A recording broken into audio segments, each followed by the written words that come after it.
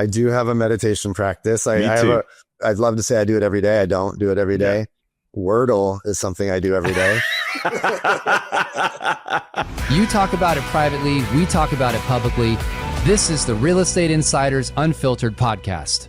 Welcome again to the Real Estate Insiders Unfiltered Podcast. I'm your host, Wiggy. Hey, what up, Dwigs? Crazy. What's going on, my friend? Just basking in the afterglow of that great conversation we just had. Yeah, man. We had Greg Gallman, so President and CEO of Domo Real Estate. You and I get to interview a lot of really, really interesting people with lots of different backgrounds. Yeah. I'll say authenticity. I think that's a good word. Lead us in. Tell everybody about this interview. It was great. I'll give my last note first. Probably one of the most thoughtful leaders we've interviewed. At least that was my experience in the conversation so far in doing 150 plus episodes. He talked about quitting his full-time job in the Great Recession to parachute into real estate and how people thought he was nuts. His three-pronged approach to leadership. It's not what you think, kids, I promise. The power of importance of your circle and who you surround yourself with. He's a former technologist. We got his thoughts on AI. Once again, you are going to be surprised at his answer. One of the most authentic and thoughtful conversations we've had on the Real Estate Insiders Unfiltered. You are going to dig it. Put it in your ears, kids. So James, our new episode sponsor, Zillow, wants to invite everyone to their Unlock 2025 event. You've been to every event. Tell us a little bit about this one. Yeah, so I have been to what it feels like every single real estate conference on the planet. These events are amazing. They're top notch, incredible venue, speakers you won't see anywhere else. You're going to have hands-on experience in their labs, in-depth training on stuff. So it's not just a one-way conversation. Food and beverage is included. I don't know what that means, but that's essentially what's part of it. So check that out on their website. And the most important thing I'll tell you is in addition to all the new products they're going to launch there and all the things that you're going to see, you get to be surrounded by the top producing agents in the business. Literally, the people we interview on our agent episode will be at this event. So check it out. I would go, like I said, I go to everything anyway. Unlockconference.com. And if you guys use promo code UNLOCKPROMO20, you'll get 20% off your ticket. So get signed up right away. Greg, welcome to the show. We are very excited to have you on the show. You know, for viewers and listeners, we got to chat with Greg a little bit in the green room. You've got quite an amazing story, which I'm sure you'll share some of today. Yeah. This continues our series of top agents and teams around the country sharing how they've gotten the success that they have. So let's start, Greg. Just give them a little background on you, how long you've been in real estate, why you got into this crazy industry with the rest of us, a little bit of background to where you are today. So. Yeah, well, thanks guys for having me.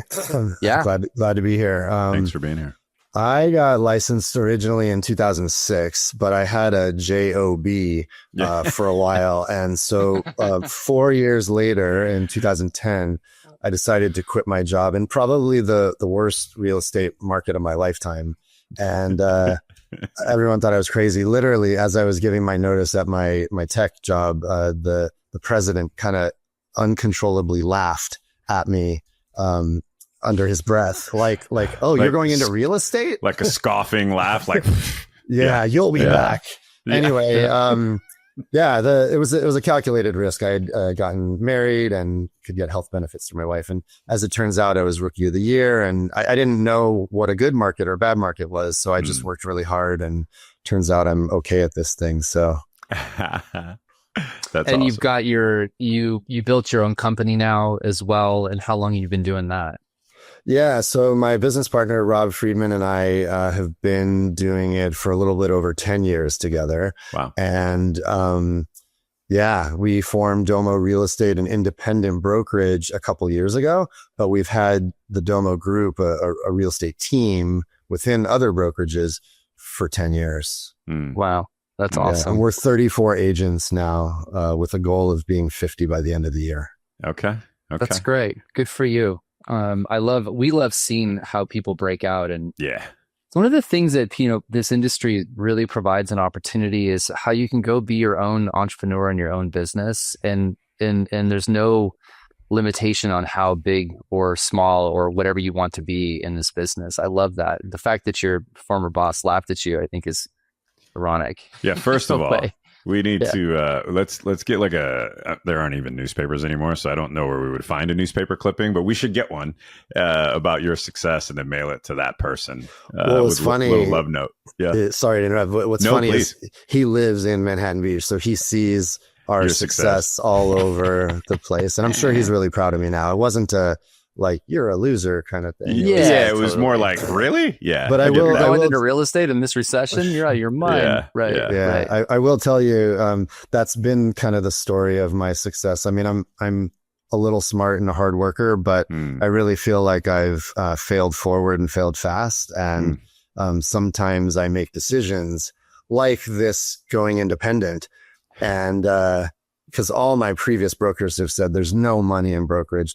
Maybe that's because they're wanting to keep me, but a decision like that is like, oh, well, I guess we'll find out how this works out. But I've bet on myself fairly successfully with calculated risks over the years. And this felt like the right time. Rob and I looked at each other and we're like, let's give this a shot. So in India it was. India it was. Yeah. How did you make that decision? Like, you got a, air quotes, stable tech job, which is kind of funny, right? Because when you have a job, you get fired any day, right? So how stable is it really? But that's still a radical leap to go from getting a paycheck every 2 weeks to a paycheck when I don't know when, right? What was that thought process like for you? Or unpack the decision-making process to go independent with your brokerage. When you're going through those big decision processes, what's that like for you? Yeah, I mean, I wish I could say that I really, did all the research and figured it all out and then meditated on the mountaintop for 2 weeks. Yeah, I did do that. Okay, cool. Nice. Honestly, I remember a specific moment when I was working at this advertising agency and I was their, network admin and sysadmin. And I had worked my butt off that year, just, staying late and doing overtime and grinding, commuting an hour each way to the office. Ugh. And I had borrowed $10,000 from my stepdad to get my first townhouse. And this was, I think, 99 or 2000, something like that. I paid $149,000 for it. And everyone told me, Greg, be really careful. We're in a bubble. Don't get in over your head. Make sure you can afford your payments. And I wish I was less careful because that property proceeded to double in value. And as I was commuting an hour, sitting, fighting traffic every day, that little bugger was making as much money as I was just sitting, just sitting there being a townhouse, being a townhouse. Yeah. And so that really caught my attention. And that's what made me, that year I worked really hard, busted my butt. And at December came around and the CFO came over to me real proud and handed me an envelope with, I think it was $500. It might've been $300, but either $300 or $500. And that just kind of showed me that even if you would double my salary, I think I was making $72,000 at the time. And even if you double it, I just had bigger goals for myself and wanted more, freedom and independence and flexibility. And so that moment, thank goodness that moment happened. It really caught my attention. And so I decided if I want to work really hard at something, I want at least a portion of the benefit to come back to me. Yeah. So James, one note, we need to make sure we talk about bonuses this year because we don't want that to happen to us. And then two, like, pretty sure you're in charge of that too, by the way. So, I said we. Yeah, it's, you have those moments, right? Those, I call them moments of clarity because I don't have too many of them.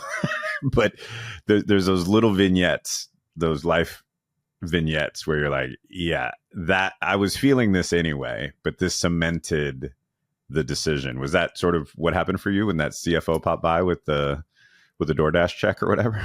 Exactly. And no disrespect to them. No, for sure. Yeah. I was there for 5.5 years. It served me really well. It just didn't feed your entrepreneurial soul, right? Exactly. Yeah. And I think I was meant for something different on this planet than, servers. And stuff. I'll throw one comment in here and then we'll go to our rapid fire. I was at, I do a lot of keynote speaking around the country, and I was having lunch with someone the other day, and this individual came up to me for advice, and she was asking about Like I have this full-time job and then I have my real estate license. I'm really passionate about real estate, but I just haven't been able to make it. And she's like, what would you do? I was like, quit your job. Just gave her the answer real fast. It's like, you will half-ass everything if you don't focus all your attention on this, and you're worried about getting a paycheck. You're going to do the things that you wouldn't normally do. It'll push you to do it. Like I think there's an element of that fear that has to drive you to make yourself successful in this business. I see so many people that there's not something pushing them as hard as it needs to, because this is a tough business. Like you've got to work really hard and be comfortable with being denied and pick up the phone and keep going and work that consistency. So, kudos to you to do that, which is where I was going with it. In the worst real estate market, Keith and I met each other in that time frame. Yep. Over a cocktail or 10. And that shit was tough. It was rough. 2010 was not fun. So, when I got into the industry, people told me you need a year's worth of living expenses in the bank. I think today I've heard more people saying 6 months, and I think that's a lie. Like I think that's potentially misleading people. Like you should have, because we don't want commission breath, right? Like we know everyone who walks into a listing appointment desperate and willing to do anything. And I luckily work in an area where it's very high IQ, very high net worth, and people can smell that a mile away. Right. So yeah. Good point. I got follow up to that, but let's get to the rapid fire first. So I'm a pretty avid reader, podcast consumer. Like to fill my brain up. So your favorite book, podcast ever this year, lately, the one you gift the most, whatever. But what would you want me to read or listen to? Yeah, book wise, I really enjoy Exactly What to Say in Real Estate. It's a great one. And podcast, I love your guys' podcast, of course. And Team OS is on my regular listening list with Ethan Butte. Oh, I've not listened. I mean, I've heard it before, but not religiously. It's a great reminder. I loved his book. I really loved his book. Great call out. So mine is, I'm trying to get this out of people. I'm trying to see if there's a through line of all these successful people. So I'm asking this one, which is like, what's a daily ritual or habit that you can't live without? Like that you just methodical about every day? Yeah. Come on, SoCal guy. It's got to be good. If it doesn't have like bean sprouts and macrame and a little bit of meditation or something, like I want it. Tell us your morning ritual. Yeah, I do have a meditation practice. I have a room in my house dedicated with candles and crap. I'd love to say I do it every day. I don't do it every day. Wordle is something I do every day. Religiously, without fail. Keep the brain active. Yeah. Yeah, man. I think that I would not be as successful or as a presence in my office for my agents if I didn't have some sort of meditation practice every day. Yeah. Someday, really James, cool. we gotta get like a guru on here to talk about meditation. And it's like, 5 to 20 minutes a day. Yeah. Usually 10 to 20 minutes a day. Occasionally, all I can squeeze in is 5. Yeah. I'm gonna send you a book. They did a bunch of science on meditation, and 12 minutes seems to be the sweet spot. Ooh, I love that. I'll send you the book. You'll dig it for sure. I was actually meditating more like 30 to 60 minutes a day. And I have a teacher who said, I don't want you doing that. You're the kind of guy who would use that to try to get somewhere. And I don't want you getting anywhere. Yeah. It's not a competition. Like I did more minutes than you in the chair, right? Yeah. No, that's not what it's about. Anyway, every time I try to meditate, I fall asleep. It's weird. Well, that's how we all start. Yeah. That's how we all start. Yeah. All right, let's get to the technical stuff. Tell us a little bit about your team. What area do you serve? The obligatory 2024 production. Just help frame up for the listener your team, where you are, what size, scope, that sort of thing. Yeah, so I'm the co-founder and CEO of Domo Real Estate with Rob Friedman. We work in the lovely South Bay of Los Angeles, so Manhattan Beach, Hermosa Beach, Redondo Beach, and Palos Verdes surrounding areas. Totally inexpensive areas. Yeah, low average sales price. What is your average sales price? What is it? Yeah, by the way. Yeah, 1.9 million is our average sale price. Someone in Kansas just drove into a ditch, by the way. Yeah. Yeah. I know people who sell real estate in Cranberry, Pennsylvania, and there you go. It's different. It's different. Yeah. So what was your production? Give us the 2024 and just a little bit of team structure, like how big is it, et cetera.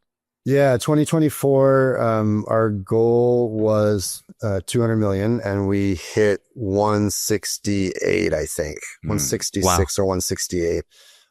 We were 26 agents at the time, and we had just gone independent a year earlier as a brokerage. Good for you. Yeah, 2025, we've already got 170 million in volume and the same number of units. So we're on track to have our best year ever. Congrats. Good for you. Congrats. In a year in which most people are not, right? Yeah. And we've had some pretty big misses too. Like if we just were, a little bit earlier or a little bit faster, it would have been even more knock your socks off. And we're 34 agents currently. All right. How's it structured? Talk about your team. How do you guys give us the kind of details on who does what? Is it departmentalized? Do you have a lead follow-up process? Like, give us the background on how you structured and built this thing. Yeah. So I came to the South Bay and I didn't have the advantage of saying I grew up here my whole life or my parents were in real estate. So I really needed to lean on my tech background for an advantage. And so acquired some domain names early on. I own LosAngelesHomes.com, ManhattanBeachHomes.com, RedondoBeachHomes.com, a bunch of other ones. But our current kind of main lead gen is through, Google and Realtor.com and sort of the typical stuff. Our structure you said Google is Google a primary for you? Do you have is it mostly organic? Are you doing CPC? Like what's the... Yeah, we do a lot of PPC. We've spent an obscene amount of money on organic and it just never really got off the ground. I think because Los Angeles is such a big place spread out, and Manhattan Beach is such a small place that Manhattan doesn't really have the authority that a large website with a lot of traffic does. So it's really niche-y here. And so we've found our niches. We're, usually, and I have 3 or 4 websites. So we're usually a few spots in the search results in the top 10 or top 20. But yeah, my goal as a lead generator is to have between a half and a full lead per agent per day. So if we've got 25 agents on the team, I'm trying to generate between 13 and 25 leads a day. Okay, I got some questions. I have some questions. So first of all, super high level. Let's pretend someone's listening in, I don't know, wherever, Oregon, and they're like, sure, brilliant tech guy started early in pay-per-click. Shocker, he's successful. There's no way I could do pay-per-click now. It's too saturated. There's too much noise. Is that true? Like, is the pay-per-click, if you were starting organically today in a city, can you get on the pay-per-click game or is it too late? Yeah, that's absolutely 100% false. That's what I thought. Definitely get on that. You have a long road to hoe if you're trying to rank organically and do SEO, especially in an AI world now. But PPC, if you get a good PPC person, you can be generating leads tomorrow. Right. So just in case, PPC just means pay-per-click. Advertising. It's just you're spending money for Google to put you at the top so that people will click on you more. When you see the little sponsored thing at the top when you do a Google search, that's pay-per-click, kids. Okay, so it's not too late. And if any of these are out of bounds, you just let me know. But what's your pay-per-click budget today? And what was it when you started? And if someone were starting today, what would you recommend? So that's 3-part question. Yeah, starting and today. Ballpark's fine. Yep. It depends on how many agents' mouths you have to feed. Sure. We just opened a new location in Orange County because an agent who's been with us for many, many years, super successful top agent on our team, he and his wife moved to Newport Beach. And so, of course, he wants to stay within the Domo ecosphere. And so he's like, how can we make this work? And I said, well, let's get a website.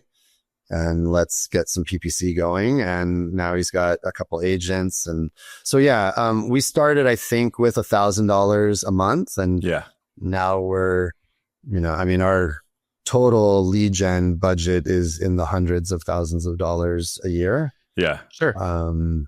I'm told, but for everybody that we listening, it's relative.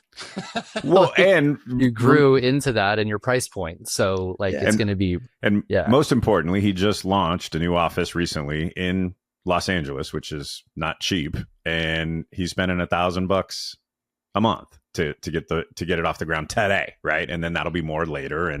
But you can start now. Okay, cool. Yeah, no. Now we're spending probably close to $10,000 a month, which I know for some people is just ridiculously high. And I know with some people that's ridiculously low. Right. Right. But you didn't start there. You built the systems, you built the infrastructure, you built the lead follow-up, you built the accountability culture. And over time, you don't start there, you end there, or you get there and then you raise the bar. How do you, go ahead. Sorry. We actually just are starting. We're very slow to implement accountability. You mentioned accountability. So I wanted to just pause on that a second, because that's an area where I would say my leadership lacked, to be honest. I know team leaders out there that are just militant. Hammer. You got to be in the office at 8 a.m. calling the leads. And if you're 5 minutes late, they kick you out, and there's standing meetings at, 3 days a week and da-da-da-da-da-da. I don't want to be that guy. I'm not that guy, and I don't want to be that guy. So we would just supply enough leads. And I think I heard you on a previous podcast laugh at guys like me who are like, if there's money in the bank, we're doing okay. That's fine. And yes, you have heard me laugh at that. That's this guy. So anyway, we just implemented a really fun, cool new thing, which is you have to make 50 calls a week in order to be on leads the next week. And I know that sounds so obvious, right? You got to call the leads that we give you. But our agents are like, hey, I had a really busy week. Can you make an exception? And I'm like, no, you got to call the leads. It's fine if you're busy. That's great if you're busy. That means you're either doing something with family, or you've got escrows going. And so you're working with other clients, or you're in the dentist chair, but don't claim. And I can't trust that agents aren't going to claim leads when they can't follow up with them. So we just now figured out this cool new thing where if you want to qualify for claiming leads this week, you need to have made 50 calls. And it doesn't even need to be 50 calls to leads. You could call your grandma 50 times for all I care. What I love about you're starting accountability though. You're moving it down the road of there needs to be some level of, you're spending money. And the reason why you made this comment earlier, about brokerage, the reason why the word broke is in brokerage is because of, candidly, a lack of accountability. I think personally, I'm pretty direct about it. Brokers don't oversee what their agents are doing, and that's not to hit on agents, but it requires consistency of doing things in order to be successful. So, and you found your version of accountability that works for you, right? I think we think accountability is a sort of one size fits all, right? It's this stand up, kick you in the butt meeting that, Glengarry Glen Ross-esque, right? Shitty meeting that no one wants to be in, right? That is what has been perpetuated as air quotes accountability. You've made it to where it fits with your personal belief modality, your culture of your company.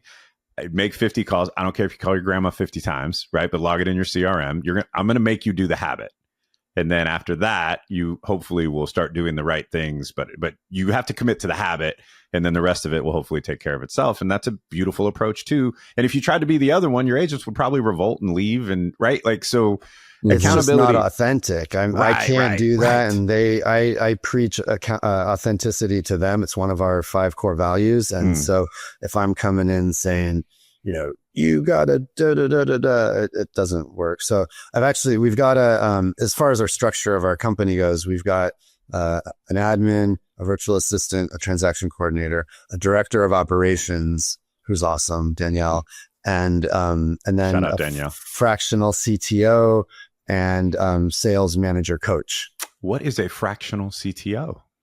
Yeah, it's so I wear many hats. I'm like the janitor and the president all in one.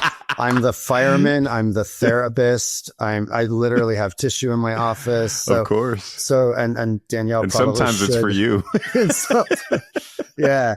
But I see the future a little bit, and I can't keep being everything to everyone. And so I needed someone who could answer the follow-up boss questions and the Sierra Interactive questions and the Slack questions. Smart. Yeah. So it's really all right. about Let me ask you that real quick, because you just made a couple points. I just want to get one thing in here, and we'll go back to that. Realtor.com was your other lead source. Is that correct? Yes. Is that your is that secondary to PPC, or is that a primary? We spend a good amount of money with Realtor.com. Okay. Op City, Market VIP, all of that. Okay, all of that. Okay, so that's Home another Light. lead source for you. You mentioned Follow Up Boss. Obviously, is your CRM platform that you guys use. Seems to be a common thread there, by the way, with all the top teams.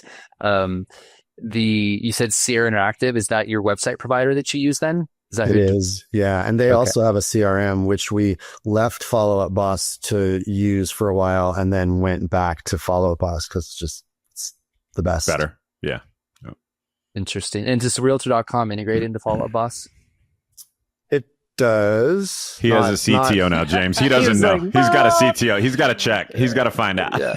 Well, I was asking because Follow Up Boss is owned by Zillow, and then that was why the question was not loaded, but I was curious if it does integrate so that the Realtor.com leads still feed into that program or not. So It does. Not perfectly, but it does. okay, all right. I guess I want to ask you this question: like, how do you differentiate yourself from the thousands? I'm assuming it's thousands of other agents in the area or other brokerages. You started as independent. Like, it's hard. Like, you have to figure out to craft your own area. So what does that look like? How do you guys present yourself to consumers where they're choosing an independent smaller company versus some big national player of some type? So Yeah, great question. I tell people that my secret weapon is just I'm a really nice guy, and that Shocker. seems That to could be- go a long way. There's a lot of Hmm. can I say jackoffs? And Yeah. Yeah. Sure, say whatever you want. Yeah. in real estate, and I think it's a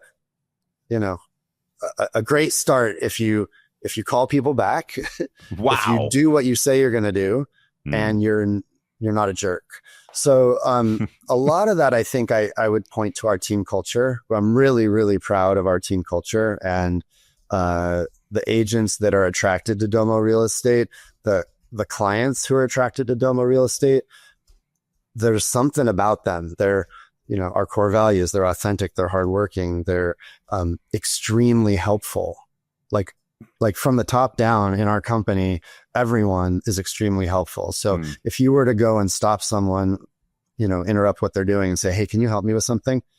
99.9% of the time, they're going to drop what they're doing. And that goes from me all the way to, the people who are, So stocking coffee. you're really picky about who you bring on your team, and they have to have a certain type of personality that matches. So And Have that you- only comes from failure, right? Like we've made a couple mistakes along the way. And, now we have a process in our interview process where a couple agents in the brokerage or on the team get to have a conversation with the person we're interviewing. That way, when someone Smart. just shows up at our team meeting, everybody's not like, "Who the hell is this?"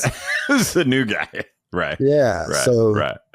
yeah, I think that is part of my accountability as a leader. As I've tripped up and failed a couple times, and now we really protect our team culture, fiercely. So, as someone who started as an independent agent and had your success, rookie of the year, and then you build a team, and then now you have a brokerage. As you grow, how do you preserve that culture? Right? Because it's much easier to preserve the culture when it's an army of one. When it's an army of 40, or I think that was your target number by the end of the year, right? Or 50 or 50. Yeah. So if at 50, it's harder. How do you maintain that culture as you grow? Yeah, it's a great question. God, I don't know is the answer. That's a great answer. Yeah. I am a little afraid of scale, which probably doesn't serve me as the number one place I want to win is the bank. But, I'm involved in the interview process. That helps. Mm-hmm. We don't just bring on anybody. We have a place for new agents, new licensees to come. We have a mentorship program, which we stumbled through for a couple of years and now have something that I think works really well. As far as keeping our culture, we have events. We go to LA Kings games together. We volunteer together. We have programs within our company that really help people. We're not just interested in their production, which, is meaningful to me. Yesterday, I actually had a 3-hour block on my calendar to call Domo agents and just say hi and check in. And I did. I called people, and some of them were like, "Hey, what do you need? What's up?" Right. I'm like, I know normally when you see my name pop up on your phone, it's either you're calling to give me a listing lead or what have I done wrong? But I'm just like, hey, just wanted to check in and take a moment. Sometimes I know I'm really busy for months at a time, and I just wanted to see how you're doing. Remember that personal goal you set at the end of last year? Not the financial goal, not the units goal, but I want to lose 20 pounds or I want to have more time with my wife and kids. How's that going? Yeah. Do you think that comes from, we talked a little bit just about in the green room a little bit. I mean, you are very authentic. I get the gist in the short amount of time we've gotten to speak, but you're very vulnerable about like who you are. And I think that makes you connect to people. I'm assuming that's also, that's what attracts a lot of people. You mentioned authenticity a few times during this. What does that mean to you? Authenticity? Like what is that in your view of how you interact with agents or talk with them? What does that mean? Talk to us about that. Such a great question. For me, it means being courageous, because we all walk around, I think, with masks. We all walk around with fears of, is this person going to like me, or how I want to win this piece of business. And, for me, authenticity means, like taking a deep breath and just being willing to be myself, because then the people who really want to be a part of my brokerage or want to work with us as clients, if I'm authentic, then I know that I don't have to like remember which lie I was telling and who do I need to be if I'm just myself. Cause like, I've got tattoos and I, show up to appointments sometimes in jeans and a t-shirt, and, if they hire me, they know what they're getting. Right. Did it take you a while to get comfortable being that in this sort of world where, and like I can say this because we live in California too, where there's a lot of fakeness. How did you get to that place? Come on. How did you get to that place of being comfortable with your authentic self? Like what was that journey like? When I quit my job and I got into real estate, from day one, I wore slacks, long sleeve button down shirt, and nice shoes and a belt. And for years, that was my uniform. And again, because I didn't grow up in the South Bay, I grew up in Los Angeles, but not in this particular pocket where I was focusing my business. And I didn't come from a pedigree of, my parents didn't own a real estate brokerage, which a lot of folks around here that are really successful, they're second or third generation. Mm-hmm. Yeah. So I knew intuitively that I needed something to boost my confidence. When I walk into an appointment, I've got a tech background and I'm professionally dressed. And I did that for years. My business partner, on the other hand, he's been doing this, I think, 40 years now. And he wears flip-flops and shorts to appointments. And that's his thing. He's selling a lifestyle and that works. So when he shows up dressed like that and I show up wearing jeans and a shirt like I'm wearing now, we're not selling New York. Right. We're selling beach, living. And the way I call Domo real estate, the way I refer to it is approachable luxury. And that's how people really seem to relate to us.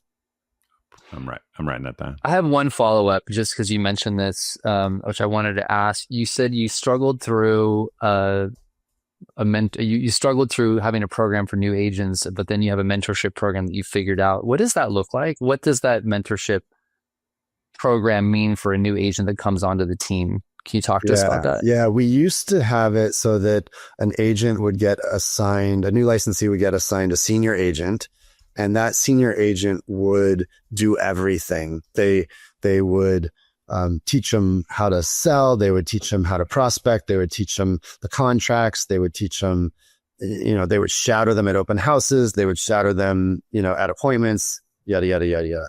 And I would kind of leave it up to them to negotiate what percentage of the commission, would the mentee get a portion of the mentor's deals? Would the mentor get a piece of the mentee's deals? And it got really messy. It got really complicated. I got a lot of therapy and fireman sessions in my office. And I got really tired of having those conversations. And so what we did, our CTO and Danielle and I got together and we said, what would solve this? And what solved it is the mentor gets paid less, but the only thing they have to do is teach them the nuts and bolts of the contract and how to do a deal. And they're there as their wingman to help them through deals. Now, the mentee can certainly go shadow if they want, but that's not a paid gig. That's Gotcha. like you getting your education through osmosis. The mentor now isn't so resentful that they're spending so many hours and hours and hours. And now that mentee goes to Rob, myself, Danielle, or our coach for all the sales and, the thing that was taking a really The long background. time. Yeah. Yeah. Interesting. That's worked well for us for about a year now. Nice. So So someone complains. yeah, right. Until it breaks, right? As soon as you think you've got your arms around it, just wait. You Yeah. seem to have this really interesting balance between, and I just jotted this down so I didn't forget. These are my words, not yours, but this interesting balance between flow and then systems. And how do you marry those two, right? Like, I get a sense you want it to sort of be this organic, kind of free flowing environment, but you also understand the need and importance for systems. So how do you marry those two in whether it's in your team or in the brokerage or in your life, whatever? How do you marry those two things? Such a great question.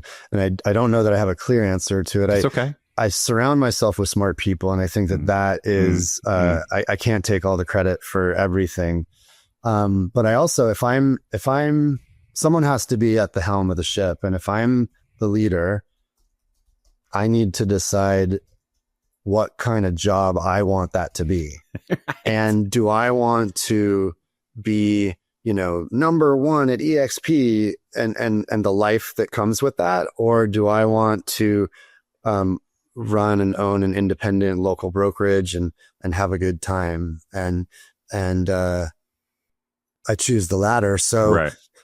Yeah, I need to, I'm really just starting. I mean, we've been doing this 15 years and I've heard people talk about knowing their numbers. I coached with Lars like a decade ago and he was always pressing, know your numbers. And I don't know my numbers, frankly, but I just hired, I don't know if you know Andy Mulholland with Simple Numbers, but a bookkeeping company for real estate teams. And he's going to help me learn my numbers. I should know gross profit margin and stuff like that. But I will say the whole, is there money in the bank method has worked for us. Right. It just makes me tighter than I need to be. I'm told by other team leaders and broker owners around the country that I run really lean. Like we have one VA, one TC, one admin, and one director of operations. So 2 staff really. And we're going to do probably, hopefully 200 million this year. Yeah. Right. That's very lean. Yeah. And you may not know your numbers, but you know everyone's birthday, you know their personal goals, right? Like there's value in, you know some numbers, maybe just not gross profit margin, right? Yeah. I don't know everyone's birthday, but that's a really great point. Gary Lundholm once told me, and I'm going to screw it up, but nobody knows you care until they know how much you care. How much you know until they know how much you care. That. Yeah. And basically what he was telling me was, man, your people are everything. And it's so true. Like I'm going to I'm going to go into the office later and I'm going to smile because I'm going to see people that I really enjoy going to work to see. Yeah. Beautiful. I love the attitude and persona you bring to it. Not persona, but just like how you're genuinely love what you do and you've got joy in it and you love helping people. And that's a great trait. Because to your point, there are a lot of people that are numbers based, and there's nothing wrong with that, by the way. It's just a different, slightly Modality. different approach to it. Yeah. I'm I want to ask definitely you this. an unlikely broker owner. I didn't graduate college. I kind Actually, of crashed. we ask and this burned. question all the time. Go Yeah. ahead. We ask this question all the time, my friend, and there's not a single story where somebody was a likely Yeah. candidate for Yeah. real estate or broker. I did want to ask you this because your background on technology is, you came from tech sector, and sounds like you had it was IT related or something else, IT related. Okay. So, this should be right down your alley then. You obviously, understand technology probably better than 99% of the people in residential real estate from your background. So like, talk to us about AI and your perspective on this, having, a tenure in that space, and like how that plays out in real estate, or even what you're doing in your own team with it. Like, give us your thoughts on AI and how you're incorporating it or not, or what you see as a threat or not. Like, what's your perspective there? Yeah, I'm pretty much of the perspective, like my hair's burning, the sky's falling, and it's like AI is going to replace every job in the universe. And I don't know, we've had so many of those in my short career, and even more before I started in real estate, where it was the discount brokers, and then it was Zillow, and then it, I think real estate always has been and always will be a people business. I feel so trite even saying that because we all know that, but like, if I can teach someone how to put their hand out and shake someone's hand and look them in the eyes and really embody care, not like fake care, but really like actually care about this big transition that these people are interviewing you for. Because I've bought and sold real estate myself before I was licensed, and I've had good and great and horrible experiences myself. and so I don't take the role that we play lightly. I know that, we joke around that real estate agents are just a step above used car salesmen, but I take what we do very seriously. Yeah. My big why, I discovered it, in a business planning session 2 years ago when I was in front of the room in front of our whole brokerage. And I shared a story about my past and how, coming back to my little apartment, and I would cross the threshold into my own private space, and all of a sudden my nervous system just relaxed. And I felt this like, I'm safe now. And I'd go out and fight the world and go to work and fight traffic and da-da-da-da-da. And then I come back to my space. And so that's if I can affect people's nervous system in that way, like I know we're just selling real estate, but it's meaningful. Yeah. It's meaningful. If you would have said we're going to ask a technologist his thoughts on AI, and the answer was going to be the human nervous system, right? But that's such a beautiful reminder of what we do, right? Like I've said this before. We manage people's emotions through one of the most stressful periods in their life. We just happen to monetize that through the sale of a home, but we don't actually sell a home. That's not possible. Like there's no script or dialogue that gets someone to buy a house who doesn't want to buy it, right? That doesn't exist. We don't air quotes sell homes. We shepherd people through a stressful transaction. That whole nervous system concept and approach that you're talking about, I think is accurate, beautiful, and the industry needs more of it. So keep hiring agents. Man. Keep hiring agents. I heard at Inman in San Diego, someone from the stage said that AI is not going to replace people. It's a team member that you're going to bring onto your team. And I really liked that a lot. We're using it. We use Shiloh, for coaching and call rating and stuff. All the agents are using it in their own kind of personal life. I've toyed around with AI assistants and stuff, and not quite there yet, but I think it's coming. And I ask ChatGPT things all the time, work related and not work related. And I love that I can train the model to respond back in how I want to be talked to. Yeah. Really I love brilliant. it. Well, we wrap every episode, and you've listened, so you probably know the question that's coming. What's one thing, if you were an agent or a team leader, that you feel like they should implement in their business today to affect change for 2025 and going into 2026? Yeah, SOI, man. I want to. We've set up a task force at Domo Real Estate, and I want to help the agents. I know this is really sacrilege for a lead generator to say, focus on your own business. But I really feel like agents are going to want to stay with us. I'm trying to build a business that if I were an agent on my team, I would never want to leave. Right. And so I don't want to just be relegated to a buyer's agent or a listing specialist or a showing assistant. I want to know the full range of what we do. And so we're training our agents to throw events, to take their sphere out to lunch, to ask for referrals. I have not cracked the code on referral business, and I would love to learn how to do better with that. I'm going to send you our most recent podcast. You will want to listen. He gave us his blueprint, and it's really, really, really, really awesome. It's one of the best I've actually ever heard. So, like, hands down. It's a great one to listen to. So, Greg, thanks for being here, man. Appreciate you. Appreciate the success and your vulnerability. And I love the fact that you're just being who you are and talking about these things. You're like, we haven't figured some of this stuff out, but I love that. We need more of that. I think people resonate with that a lot. So keep being you. Yeah. Appreciate you. Yeah. The best compliment I can give you is I'd come work for you tomorrow. Oh, wow. I mean it like that. You're hired. Yeah, well, you might want to do the background check first, Greg, but I appreciate it. Greg, thank you for your vulnerability, something the industry needs more of. I'm just echoing what James said. Thank you for a really thoughtful conversation. Yeah, I love you guys. Thanks so much for having me. Appreciate it. What's better than cold calling? Subscribing to our podcast. Do it now so you never miss an episode.